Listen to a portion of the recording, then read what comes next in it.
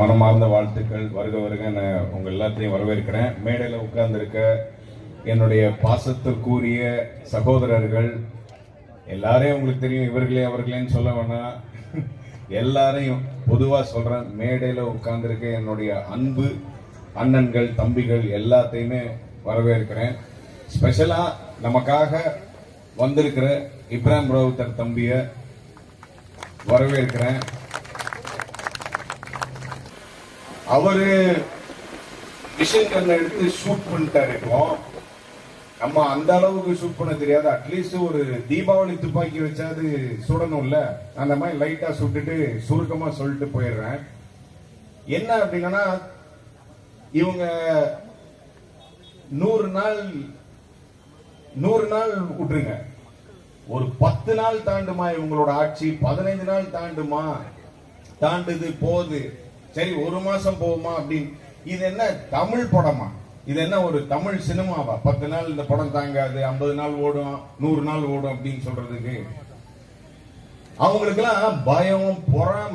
ஏன்னா ஹிஸ்டரியிலேயே ஒரு கட்சிய ஆரம்பிச்சு 2.5 வருஷத்திலேயே ஆட்சியை புடிச்சு ஒரு பெரிய வரலாறு எங்க நடந்திருக்கு எனக்கு தெரியல, சொல்லுங்க. இப்படி ஒரு வரலாறு படைச்சது யாரு? தளபதி. வேற யாராலங்க முடியும்? இன்னொன்னு, என் நெஞ்சில் குடியிருக்கும் மக்கள் அப்படின்னு சொல்லிட்டு அவர் சொல்றது உங்க மேல வச்சிருக்க அன்பு. அந்த அன்புக்காகத்தான் எல்லாத்தையும் விட்டுட்டு, எனக்கு தெரியுங்க எவ்வளவு பேர் அவரை தடுத்தாங்க. வேணாம், இப்ப நீங்க பீக்ல இருக்கீங்க, இன்னும் டைம் இருக்குங்க, நல்லா இன்னும் சம்பாரிச்சு நல்லா இன்னும் பேர் வாங்கி புகழோட அதுக்கப்புறம் ஒரு காலியா இருக்கும் ஒரு ஸ்பேஸ், ஆளே இருக்க மாட்டாங்க கிரவுண்ட்ல, அப்போ போய் விளையாடலாம், அப்போ போய் சாதிக்கலாம் அப்படின்னு சொல்லிட்டு. வேணாம், என்னால பாத்துக்கிட்டு சும்மா இருக்க முடியல. இந்த ஜெனரேஷனை சீரழிக்கிறாங்க, அடுத்த ஜெனரேஷன் சீரழிய விடக்கூடாது, நான் வர்றேன் அப்படின்னாரு. அதுதான் நம்ம தளபதி.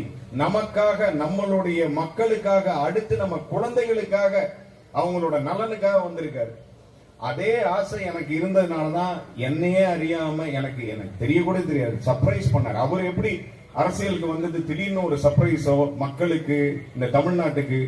அதே மாதிரி எனக்கு ஒரு இன்ப அதிர்ச்சி கொடுத்தாரு. அதை என் ஃப்ரெண்டு கிட்ட சொன்னார், அவனுக்கு நான் சீட்டு கொடுக்க போறேன், எங்க தெரியுமா, தூத்துக்குடியில அப்படின்னு சொல்லி.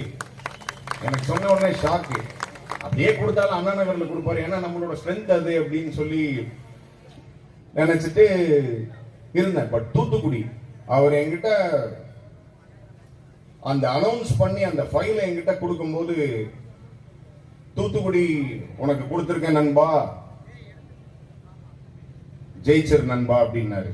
கண்டிப்பா நண்பா, உங்களுடைய காட்ஸ் கிரேஸ், தலைவரோட ஃபேஸ், இது எப்படியாவது நடக்கும் நம்புறேன் அப்படின்னு அப்படி சொல்லிட்டு திரும்பிட்டு மூவ் பண்ண.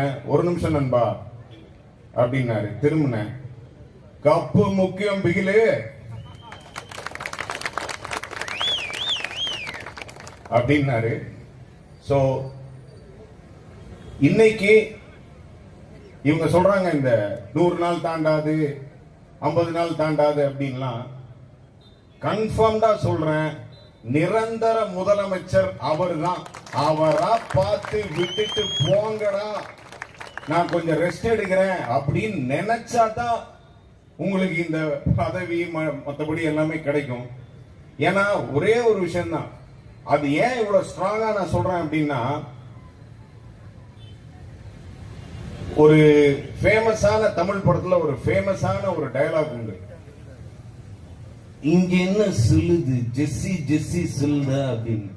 அந்த டயலாக் இருக்குல்ல, அதே மாதிரி தமிழ்நாட்டு மக்கள் மனசுல இங்க என்ன சொல்லுது அப்படின்னா, தளபதி தளபதி தளபதின்னு தான் சொல்லும். அதனாலதான் அவர் நிரந்தர முதலமைச்சர் அப்படின்ற. இன்னும் நம்ம சாதிக்க போறது நிறைய இருக்குது, வெயிட் பண்ணி பார்ப்போம். ஆக்சுவலா தமிழ் சினிமால எவ்வளவோ ரெக்கார்டெல்லாம் அவரு உடைச்சிட்டாரு கலெக்ஷன்ல.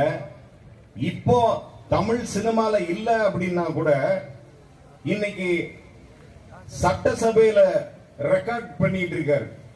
TRP rating highest. தம்பி சொல்ற மாதிரி நாங்கெல்லாம் எங்கிட்ட ஜனங்களே சொல்றாங்க, நாங்க இப்ப சீரியல் பாக்குறது இல்ல, சீரீஸ் பாக்குறது இல்ல, நாங்க எந்த கேம் ஷோவும் பாக்குறது இல்ல, ஸ்போர்ட்ஸ் பெருசா பாக்குறது இல்ல, ஒன்லி அசம்பிளி லைவ் தான் நாங்க பாக்குறோம். அட சாட்டர்டே சண்டே கூட அசம்பிளி வைக்க மாட்டாங்களா அப்படின்னு ஆசையா இருக்கு.